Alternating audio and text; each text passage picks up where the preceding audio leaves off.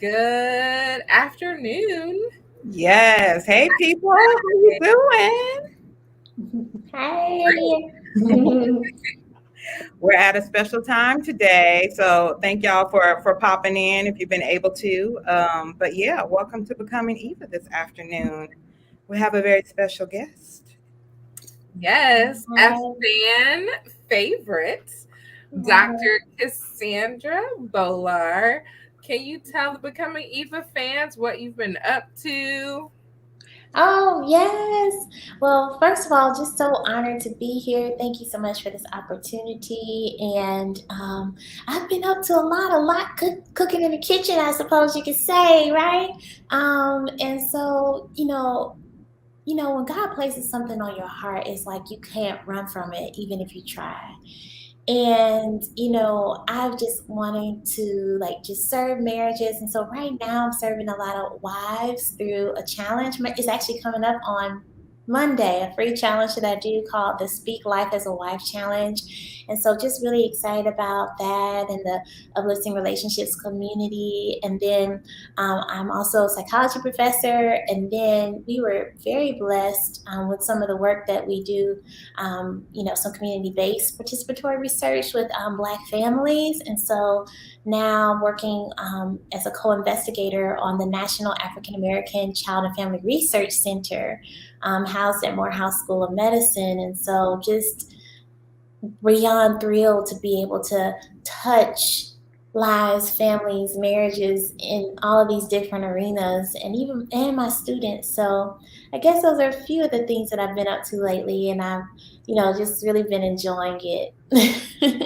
Phenomenal. Phenomenal. Excellent. Congratulations. That sounds like more than just a few things. You got a lot going on. So we are absolutely thrilled that you have made time for us, today and just in the past. Like Latoya was saying, you're definitely a fan favorite. We always Oh. great feedback when you are on the show. So we are thrilled to have you this afternoon. Thank you so much for joining us. Mhm. So, ladies, Happy. how are y'all doing today? How's Saturday going? How's it treating you? Well, I went on a hike this morning with Oh. my girls for Girl Scouts. We went to Sweetwater Creek.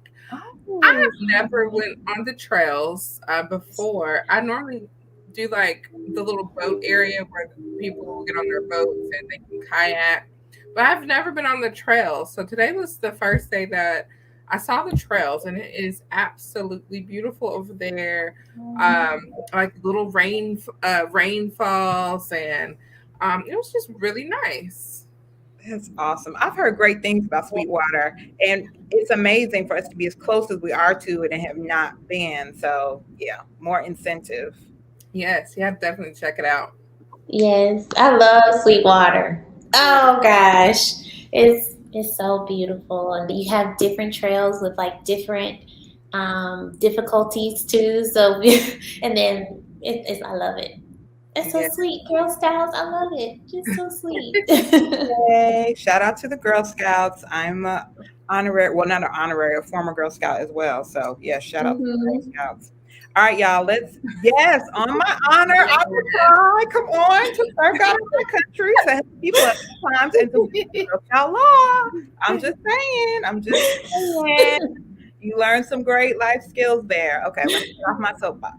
So, all right, y'all, let's dive into what's trending. We got a lot to talk about. A lot happened this week. So, we're going to start off with the Emmys. The Emmys were actually this past week, and I think it kind of snuck up on a lot of people. I know I was online, I think, and maybe saw a couple random tweets about it. And I was like, oh, snap, the Emmys are on. Like, it was a weird night to me for it to be on. And I think I may have saw a couple of commercials, but it just didn't resonate. So all that to say, I literally, kind of got the details after the fact. But let me just say, I want to give a shout out to the women of color that were, acknowledged and nominated and awarded on that evening. We had some huge winners that evening. Zendaya won for Best Leading Actress in a Dramatic Series for Euphoria. I know that's been a controversial show, but a very much needed one from what I understand, just as far as, just the challenges that children and youth face with, drugs. But she won. Lizzo won for her reality series on Amazon, I believe. And Abbott Elementary represented well. Quinta Brunson won for Best Comedic Writer, and her co-star, one of her co-stars, Shirley Ralph, who's legendary, won for Best Supporting Actress in a Comedic Series. And this was for both of them their first Emmy. So a lot of history being made, a lot of history. But any thoughts, ladies, on our melanin coming through at the Emmys? Oh man, it was wonderful to see it. And I watched the speech that Miss Shirley Ralph gave, and I had chills listening to her speech and hearing her sing. It was like breathtaking when she said, like, I'm an endangered species. And she was talking about not giving up on your dream and your voice and how powerful your voice, and it just really resonated with me, especially like the things that we're doing, and not giving up. Absolutely. That was beautiful. I saw like a clip of her singing, and I think there's just so much out there. Even with, I think, the new movie, just about leadership and going for everything that is yours, and it's just so beautiful. We have so much talent, and to see it celebrated and appreciated, it's just such, it's heartwarming. Very, very. It was just beautiful to see, like, Black women up there getting their props. Like, I was so grateful for that. And I'm a huge Abbott Elementary fan. I don't know if any of y'all are. I love it. I love the show. I think I do too. It's hilarious, especially since I've been in the classroom before, so a lot of the scenes, it's like reality. Like, that's really how it is. It's hilarious.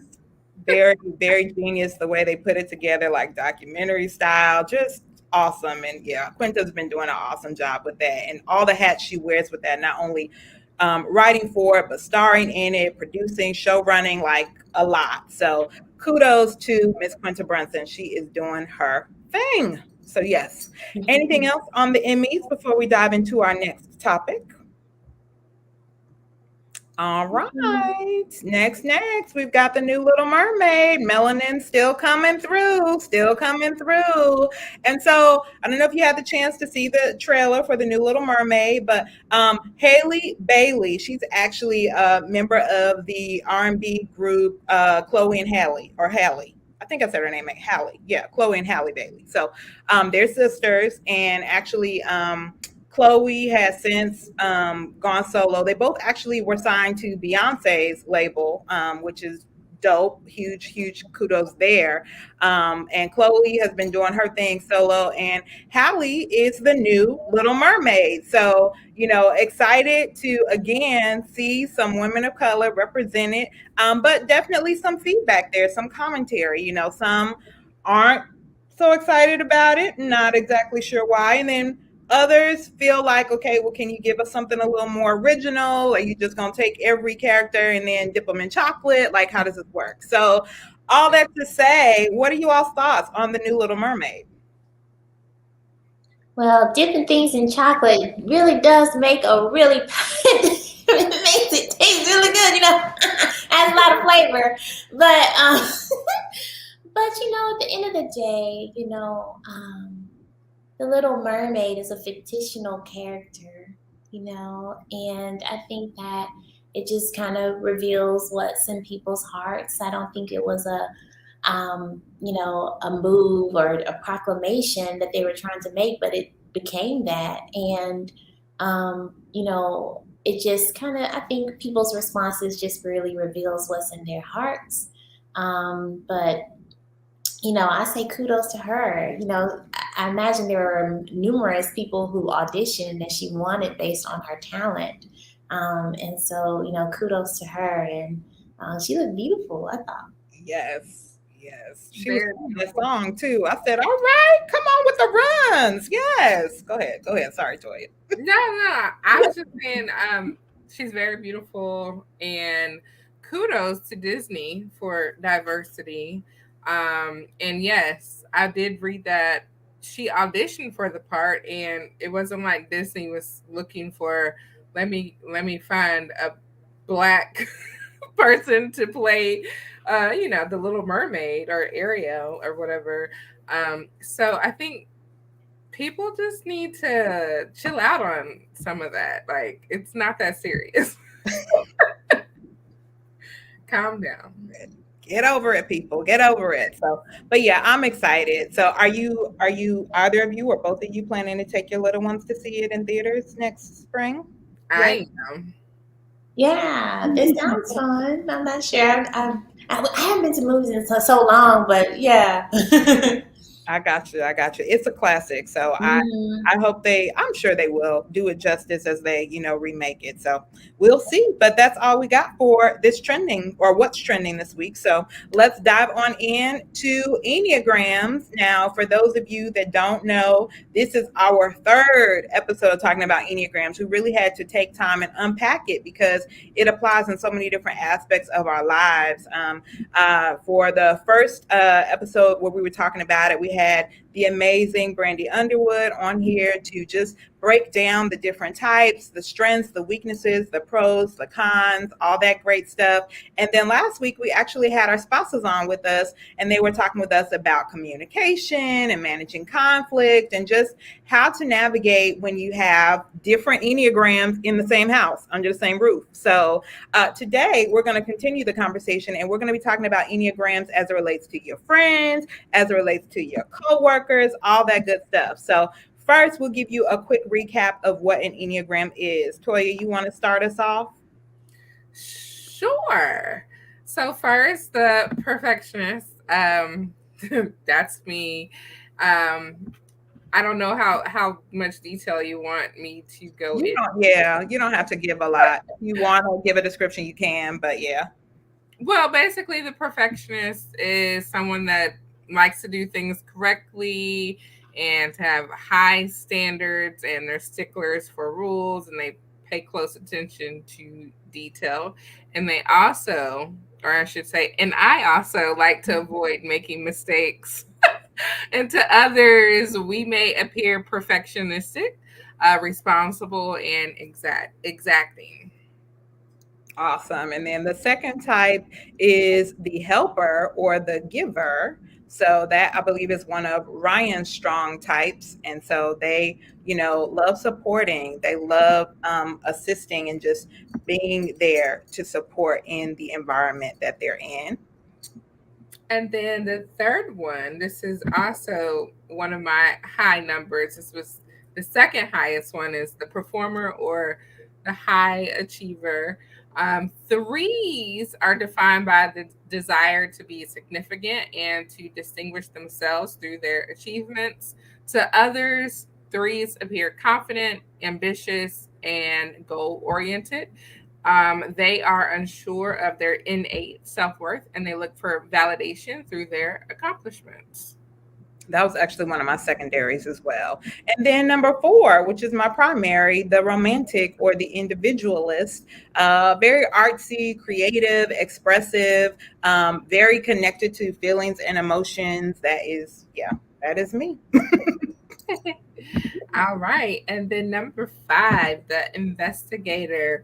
Investigators are defined by their desire to conserve their energy and to avoid being drained by engagement with the outside world. They focus on being knowledgeable and competent so that they can be as self sufficient as possible. Yes. And then we have the 6, which is my handsome husband, the loyalist or the skeptic. They have a lot of questions. They're about being prepared. They're about keeping things in order and trying to figure out what's going to happen. And if this happens, how we're going to handle that. So yeah.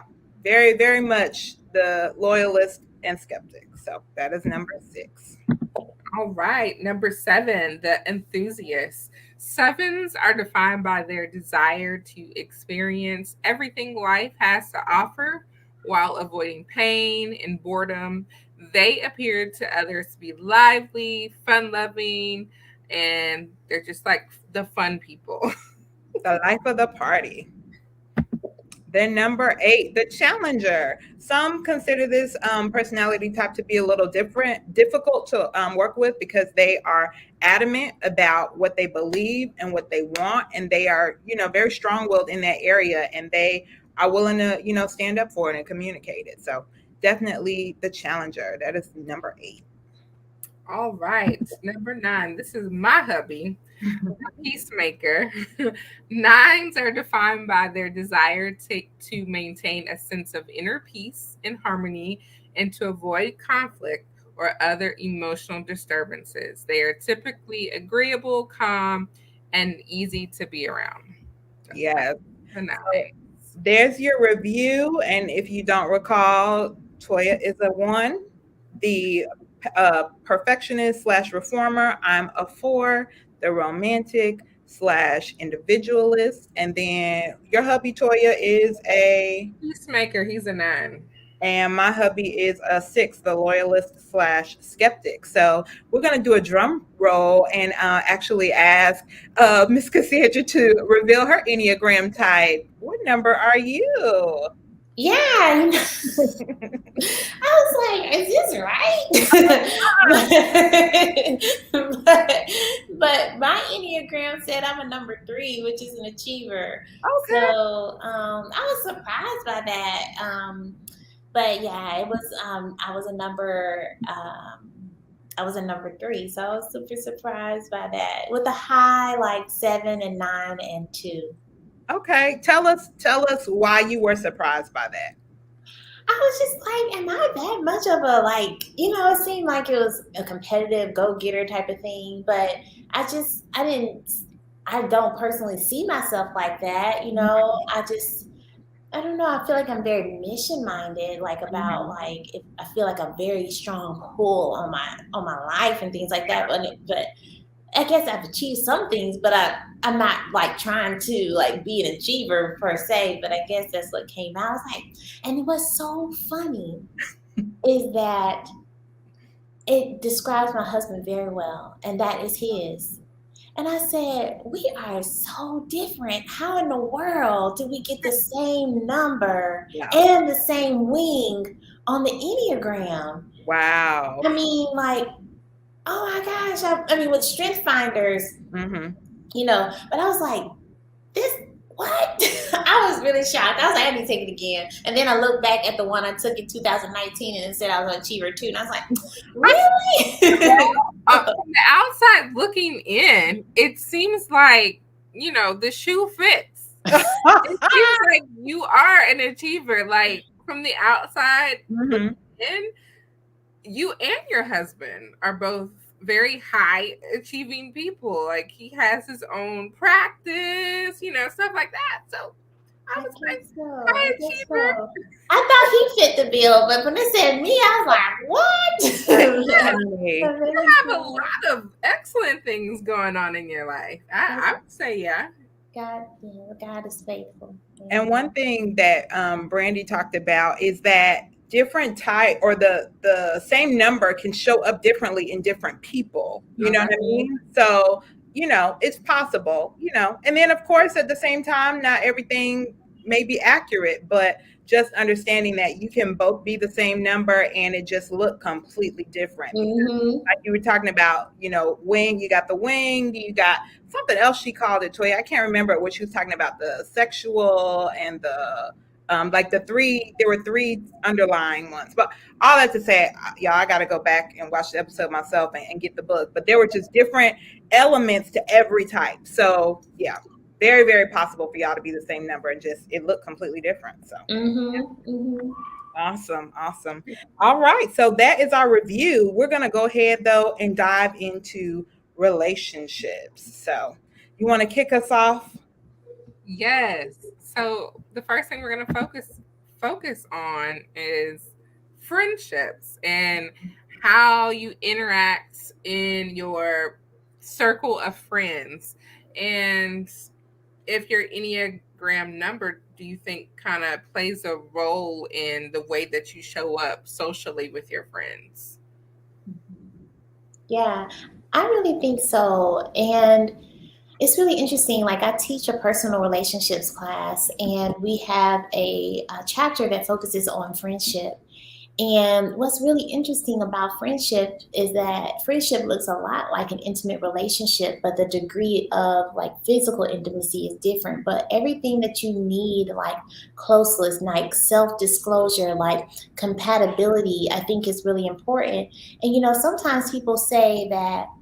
Sometimes they're best friends with someone that they didn't even really think they would like initially, because sometimes there's this complementary nature to what kind of may either initially repel you or draw you to an individual. And I think that sometimes, especially in a friendship, like we may lean on those areas in which they are strong, so we may see that they may be very different from us, but they help to broaden our worldview and broaden our perspective, based on those differences. And friendships are they're just so critical and important, and a gateway to that closeness is that self-disclosure. And I think a part of revealing who you are is even like those personality traits, those strengths, and even your weaknesses, and having that acceptance from a friend. So I think sometimes we do see that complementary nature, or you may see that people are really drawn to people who are a lot like them because they're like, you get it,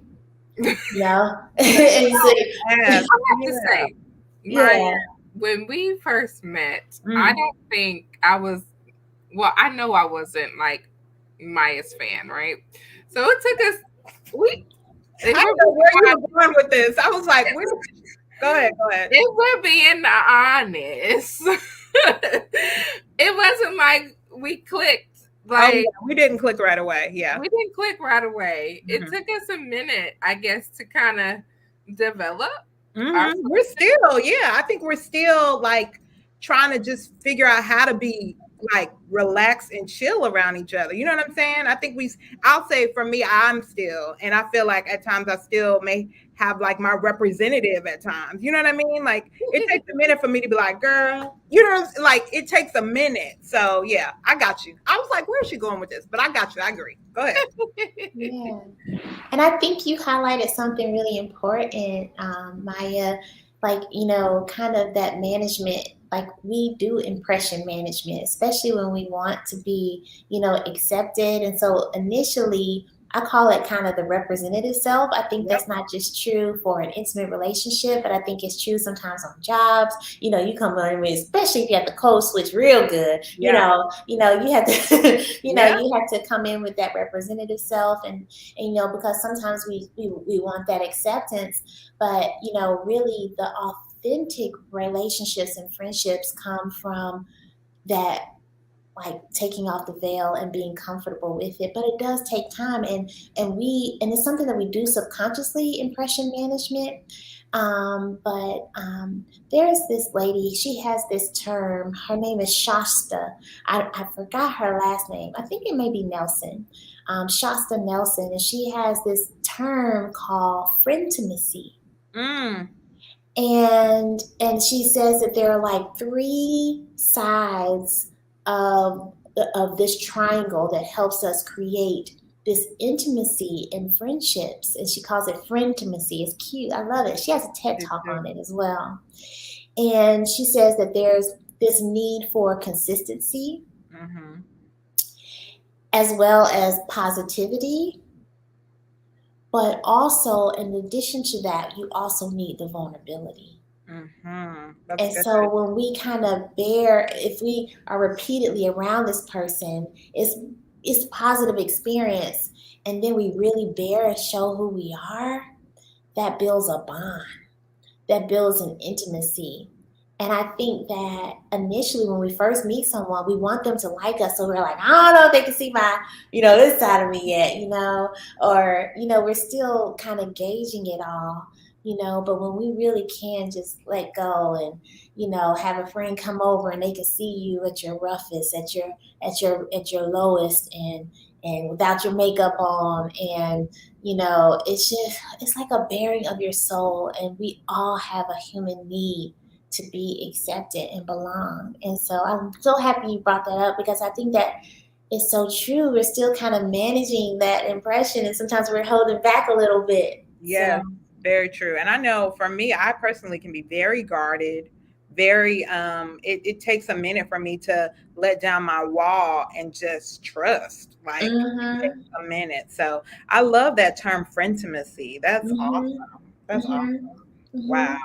You said, well, you said two cases. I guess I'm just trying to figure out in like what, and I mean, maybe it's just, the way we're wired, but sometimes we're attracted to people that are similar to us, and then sometimes we're attracted to people that are complete opposites. But I'm just curious to know if you have any thoughts on what, what may attract you to someone that's similar to you versus someone that is, your complete opposite. If there's anything that that comes into play for that. Yeah, well, at the very core of it is birds of a feather flock together, with Mm-hmm. respect to like core values, how you see the world, and things like that. For the most part, when we're looking at connections, intimate friendship, because it's kind of like, I don't have, like, you get it, like you get the core stuff. Like, I'm not trying to, you get the Yeah. core stuff. But I think personality wise, it's kind of like the things that we may admire that we may not be very proficient in. So, like, if we are really kind of, hesitant or a little bit more introverted, we may find it like very appealing to have a friend who's kind of like outgoing. They kind of pull you out there, they pull you out of your box, or and Yeah. things like that. So maybe more so kind of personality, kind of style type of things. But when Yeah. it comes to like character and core values, it's birds of a feather flock together. That makes sense. That makes perfect sense. Wow. Yeah. And didn't I repel you? Or like I repelled You you when we I when we first met. Yeah, I think what it was, I think we were both guarded for different reasons. You know what I'm saying? I think you were the, new girlfriend. When I met you, you were already a fiance as far as I'm concerned. Because, that's a whole other story right there. But like, you were like, okay, I'm entering a new circle and I need to make my presence known. So I think that's kind of where your approach was coming from. And my approach was, who this girl? Like, who this new girl? Like, and that show moving fast. Let me figure this lady out. Like that's how because I knew your husband before I knew you, and so just really, I think we were both guarded, and even in some cases, maybe even defensive, just because it was a new environment or new scenario or situation for both of us. So yeah, at least that's my take on it. But what do you think? Yeah, to give you the cliff notes,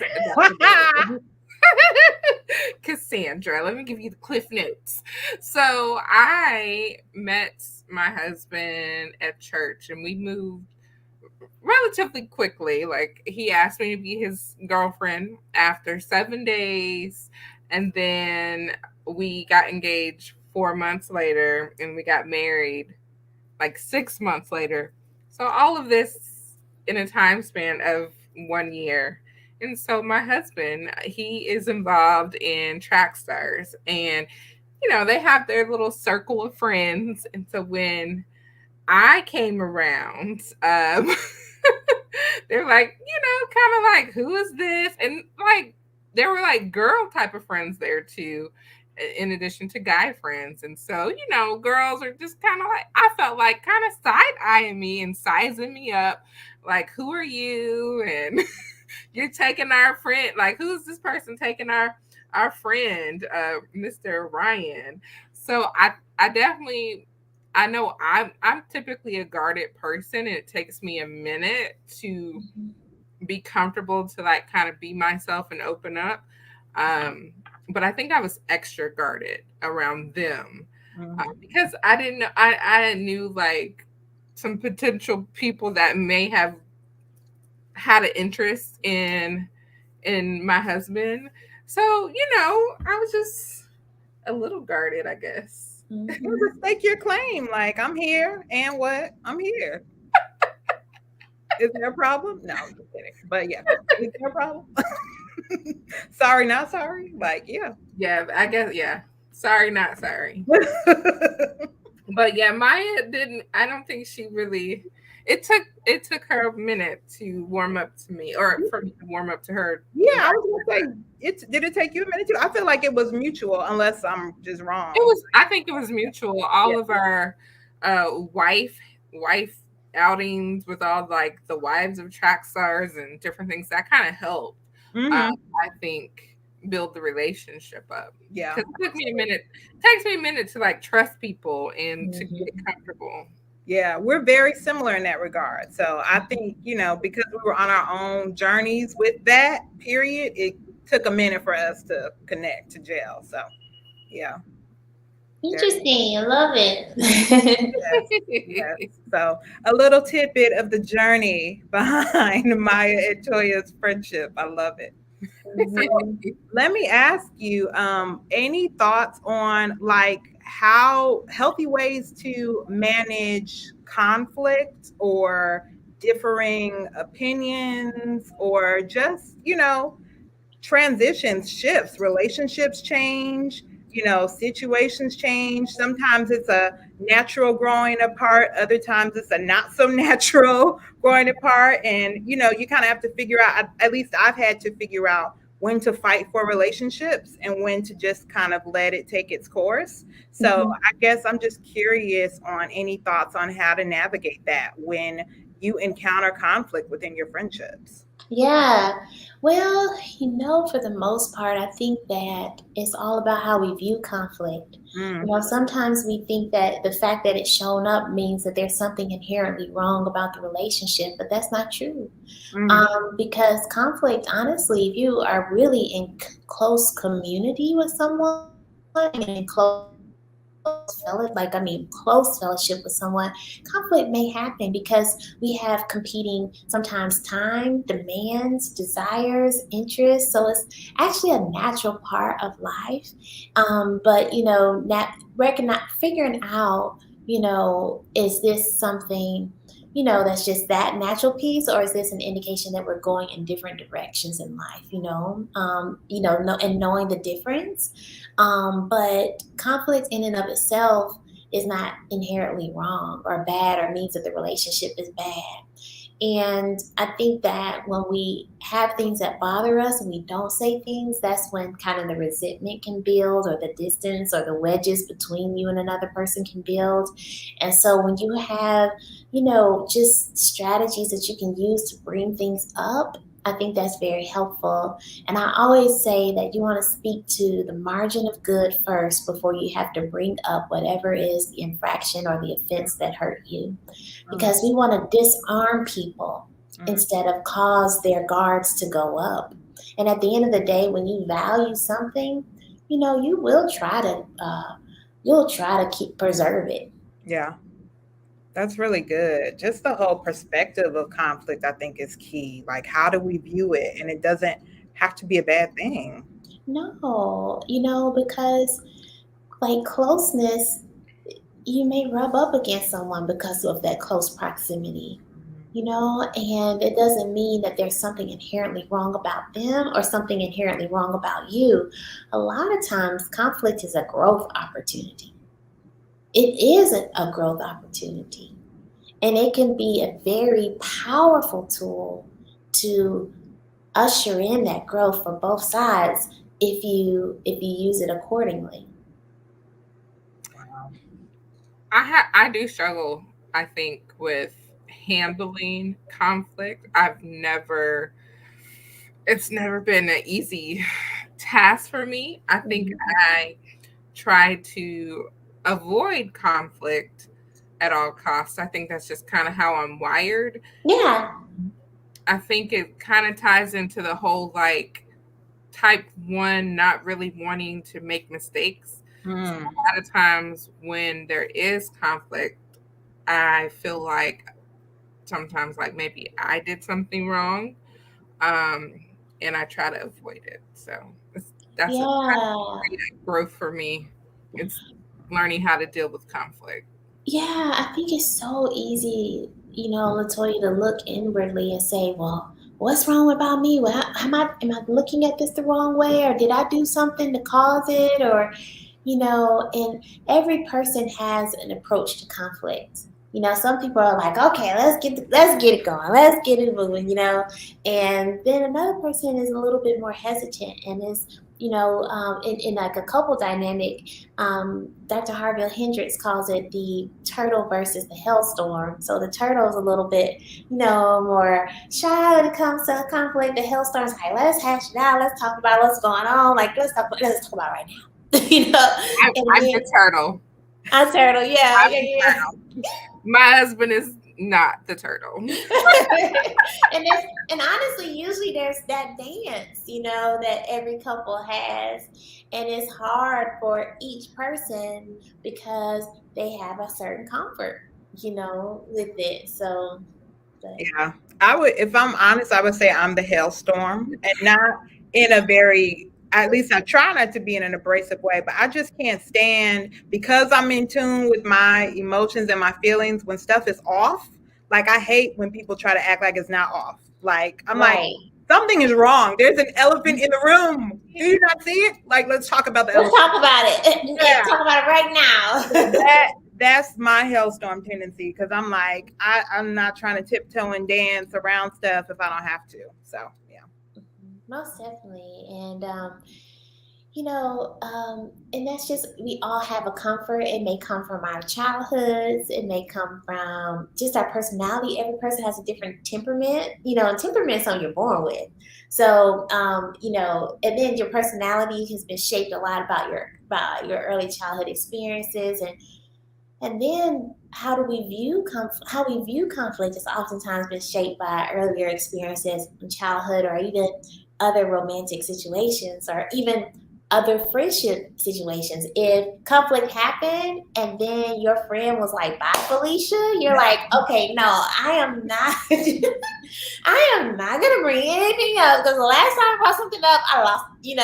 So Yeah, that's tough. That's tough. So yeah, but I think the important takeaway for us is to not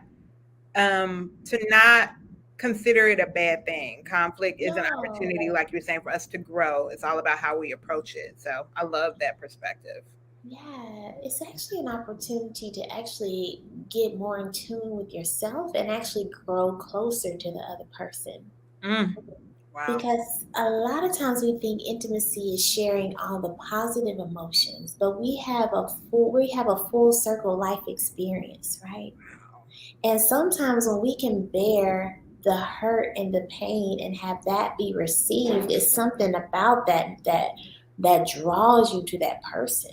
Mm, Even if that person may have had an impact on causing the pain, but if you can connect and release it, and and you can serve as a safe space to land, man, that's gonna build connection. That's gonna be like, they got my back for real. yeah. And I think that is a gift, but it can be scary. But giving everybody grace, we may not always approach it differently. And I always say that, I was talking the other day in class, and we were talking about communication, and every person has an intention Mm, in their minds that they're trying to communicate. But sometimes they may not encode it perfectly. And so sometimes when we're listening, we have to listen beyond the words to get the heart behind the message, to get the intention behind the message. that is so good. That is so good. Lord, help me to do that. Yes. Yeah. Ooh, help me to do it. All right, look, we could stay on the friendship forever. We gotta talk a little bit about coworkers. That's another huge aspect of our lives. Whether you're working from home or you're in the workplace or what have you, like, work is a huge part of of most of our lives, and so really want to talk about that, our coworkers. So, Toy, you Yeah. want to kick us off? Yeah. So each Enneagram we know has different strengths and weaknesses, and we work with the whole spectrum of Enneagrams, be it our supervisors, bosses, co-workers. How can we benefit from having co-workers that have these various Enneagram numbers that are maybe could be very different from yours? Mm, yeah, I would say lean into the strengths that they have that are your blind spots.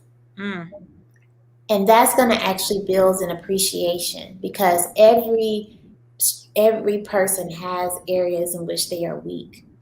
And sometimes, we're looking for ways that people rub us the wrong way, when it's very different. mhm, But like, I I'm a I don't know. I guess I'm a like a big goal, a big vision type of person, but I need someone who's like detailed oriented to help me, and because I'll be like, oh, let's just go to the moon, and then I'm like, well, how do we get there, you know, and so they have something, especially if it's very different, then that means that they have something that you need. But I think also too, like trying not to allow those differences to kind of rub you the wrong way. And I think honestly, when we're working on teams, when we're really invested in the vision and the mission, like that has to ground us all despite our different approaches to upholding and uplifting that vision and seeing yeah, everyone's contributions as significant, even if it's a different type of contribution than you would give, because teamwork makes the dream work, so kind of leaning in and keeping your eye focused in on they are not me, that's why I'm here. mhm. That is good. That is so good. That's very good. Like keeping, first and foremost, keeping the big picture in mind because you're all there to support that big picture, whether we're talking about your 9 to 5 or an organization or where you volunteer or whatever. Like there's a larger vision that has brought you together somehow, some way, and Mm-hmm. focusing on that first and foremost. And then, like you were saying, using their strengths to support your weaknesses. Like yeah, that's really good. And honestly, I think that takes a level of maturity. First and foremost, to acknowledge and admit your weaknesses, but then also to realize that somebody else's strengths are designed to support you in that area and to be receptive of that, to be appreciative of that. That's Mm-hmm. huge. Mm-hmm. Yes. Mm-hmm. I work on a team, and well, I work on like two different teams, and one of the teams, they kind of like tease me a little bit because I am a perfectionist, and we did the Enneagram during like our pre-planning, and so we all know each other's numbers, and Mm-hmm. they tease me and they'll say like, "Ooh, girl, you wearing that crown today? You're wearing that one today?" Like because I guess I mean I can't help it. I can't help it. I'm just very detail oriented, and I make sure like the I's are dotted, T's crossed, and I try to have our ducks in a row. And I like to like let's delegate. Okay, when are we gonna make this due date? Let's like all right. And then when the due date comes, I like to hold everyone accountable for what they said that they were going to bring to the table. And sometimes when they don't like do what they say that they're supposed to do, like I have to, meet people where they are, and I have to constantly remind myself to give them grace and not because I think I do have a strong personality, so not being, I guess, overbearing, or I don't know what the word I'm looking for is, but just meeting people where they are, and I acknowledge when they do come through and do things. I'm like, I say thank you. Like, I really appreciate you taking care of X, Y, and Z. So I don't know. That's just me. I get it. Yes. Well, I love that too. It's almost kind of like you know what you bring, and Yeah. you know even with people who are different from you know how to temper it as well. And so, but you're needed. Gosh, you're needed, and they're needed too. And I love Yeah. that everybody know. See, in most working situations, everyone doesn't know. Like they haven't done a training like this where everyone knows and they've taken the inventory and everyone really knows like people's personalities as well. I think that that is such a wonderful leadership strategy to do things like this with your team. And to be in the know really helps you to move forward even better, I think. I Yeah. think so too. Definitely think it's good to know, just so that you know in your mind, okay, this person is not going to see things the way that I see them all the time, or they're not going to do things like the way that I do them because they're wired differently. So I definitely think it's good to know. And But I, oh, go ahead, no, Toya. I was just gonna say, yeah, everyone has their different strengths and weaknesses, and I just try to pull on those strengths instead of like highlighting what me or they may be weak in. Yeah. No, I think um, I was going to ask. I know we talked about how the importance, I should say, of managing conflict and using it as an opportunity to grow. I know that looks very different in the workplace for a variety of reasons. So, would love any thoughts or tips on how to address when things need to be addressed. Conflict in the workplace, because I think that's a huge tool or skill that is either underutilized or just not, or utilized incorrectly. Let me just say that. So, Yeah, I think people are very afraid of conflict in the workplace, right? And I think, but here's the thing: is that relationship skills, conflict management skills are the same regardless of the context. mm, So conflict resolution is going to look the same as it would, you know, almost in an intimate relationship as it would in a coworker relationship. You want to speak to the good first there as well. mm, You want to separate the person from the behavior. You want to objectively identify what happened, when it happened, how did it make you feel, and what do we need to see instead. And I mm, think having a positive lead in and a positive lead out, like a soft startup, yeah, and not try to, because here's the thing, leadership is not about power, it's all about influence. And you can have influence regardless of where you sit in the hierarchy of the structure of a company. very true. And I think that, it's not just the same way you wouldn't want your friend to usurp power over you, or anything like that, or to kind of um, condescend you in any way. I think that you have to really be conscientious of those power structures in a Mm, working environment. But the same is true. How can you disarm that person? How can you, ground it by what we're all here for? Like, even in a relationship, we're all here to win in the relationship. In a working environment, we're all here to win professionally. And so I think that, because here's the thing is that when conflict is not addressed in a professional environment, morale is lowered. absolutely. Absolutely. I'll say too, one thing that I have found that has helped me to more effectively address conflict in the workplace is vulnerability, like really, and relationship building, really taking time Mm-hmm.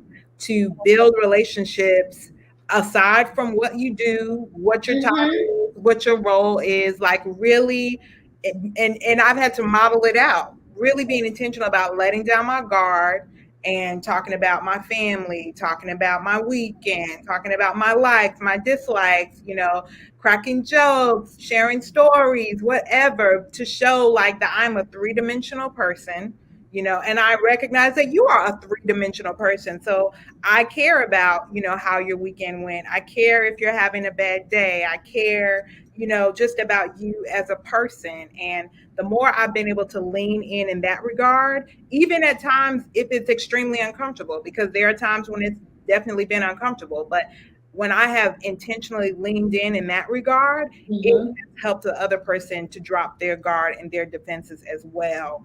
And I've seen like 180 shifts, but it can be challenging because oftentimes I've had to initiate it. So yeah, I Mm-hmm. definitely will say that relationship building is key. Oh, hands down. Yeah. Because it's kind of like I can receive from you when I know that you care about me as a whole person. Mm, It's so good. hard to receive if I think you just see me as a robot or just see me as a position. Yeah. But when I know that you see me as a full person, you know, and I can hear from you. And I love how you said that oftentimes you have to go first. Hmm. And sometimes we wonder, well, why is it on me? Why is it on me? And I always say that when we, it's the most mature person has to go first. Mm. Wow. Ooh, wow.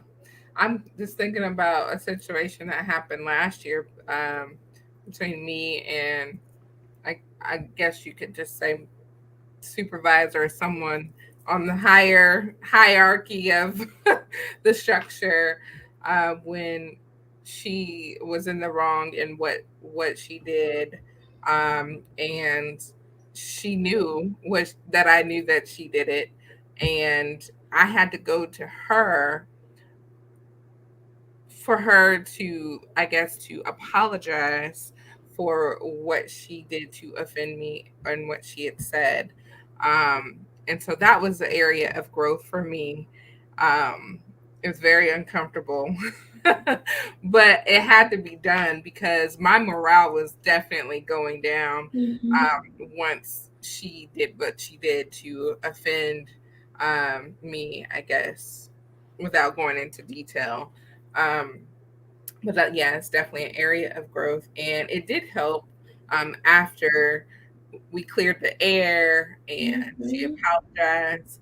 And I'm like, man, I wish she would have just been the person to just kind of step up and apologize, and instead of me having to like call a meeting with her in Yeah. regards to this situation. Yeah. And it's, sometimes you may have felt like, well, that wasn't even my place to do that, but in that case, you allowed your maturity to rise up and get what needed to be done. Because otherwise, what needed to get done would not have been done. And Very. so, you know, And it was very, very difficult because, like I told you guys, imagine. I don't like conflict, and I Oh gosh, so you add that in there too. yes. Mhm. But it was an opportunity for growth, honestly, for both of you. Right. Yeah. So that's a huge win. But I am going to continue to challenge myself to see it as that is a great perspective shifter for me. So Yeah. yeah, Yeah. great stuff. Wow. Whew, good stuff. Anything else on working with our coworkers that we want to talk through? This has been awesome. I would just say that people are all people. Hmm. And, even supervisors, even though they have positions, they are people going through things, or people who are, if we have supervisory roles, like, and I recognize that it spills over. Like, a lot of times, if people are not showing up a certain way at work, something may be happening at home. Yeah, very true. Very And, true. Yeah. And and we, with, oh, go yeah, ahead. If but I some, love how you said you're thinking about the whole person. When you think about the whole person, you may even find out what it could be. it's true. It's very true. I'm glad that we have extended the conversation to talking about supervisors as well, because I think oftentimes that may be the greatest challenge when it comes to handling or dealing with conflict at work, because this is someone that you report to, or someone on a higher plane professionally, then you still have to address whatever needs to be addressed. But like you were saying, people are people, and everyone, is working through something. And so I think the more we keep that in mind, the easier it is to approach whoever needs to be approached, as long as we're approaching them with respect, and yeah, and leading in a way and treating people in a way that we would want to be treated. So, yeah, Mm-hmm. Mm-hmm. very key. And find commonalities is what I would say between the Yeah. people that you work with, even if you do have very different Enneagram numbers on like opposite spectrums. Just finding commonalities, because you probably have a lot more in common than you think that you do. And Absolutely. sometimes it helps to build the relationship, like once you find things that you have in common. Yeah, very true. Wow, ladies. All right. Well, I hope we've gotten some nuggets out there for the people. I know I've received some. So thank you both for just, yeah, for sharing. So let's dive into our woman of noble character. Let's see, Dr. Bolar, do you have anyone that you want to acknowledge today for as a woman Yeah. of noble character? Yes, a woman of noble character I would like to acknowledge is my friend, Dr. Ashley Jackson. And she's just such a loving person, and she puts her family first, kind hearted, loves God. And it's just so nice to do life with her and see like life unfold for her as well. That is beautiful, beautiful. Well, Dr. Ashley Jackson, you are a woman of noble character. Yes. Love it, love it, love it. All right, and we got to give a sneak peek, you all. So this is actually the closeout of our Enneagram series, if you will. But next month, in October, we're going to start a devotional called Becoming, and it's by Crystal Bernard. I'll hold up the book. So instead, most of you, if you follow us, we typically do a book club during the summer. We actually took a break this summer, a much needed break, and did some strategizing instead. But we were like, hey, let's find a way to incorporate our book club during our season. So this is a 31-day devotional, y'all. 31 days. That's all. It's a 31-day devotional. We're not asking you to read a long book and come with, all kinds of deep thought and anything, but we're just asking you to commit to go on a journey with us for 31 days and participate in this devotional. So it's called Becoming by Crystal Bernard. And one day, literally just one day, just read a passage each day for the next 31 days, starting October 1st. And we'll actually be reading it with you, and we'll be checking in each week to see if there's anything that jumped out or stood out to you over the course of that week. So we're inviting you to join us for that book club. Okay. Yes. And you can get it on Amazon. And I believe she also has the book available on her website. So you can just Google Crystal Bernard and Becoming and order the website. Yes, yes. So check it out. If you are able to join us, we would absolutely love it. But I believe it's going to be an awesome journey. 31 days. That's all. 31 days. And don't forget to get your merch at becomingeventoday.com on our website. Today I am sporting our hats with Yes. we've got mugs on our Yes. sipping tea with BE, and I'm also wearing the shirt where it says dropping gems.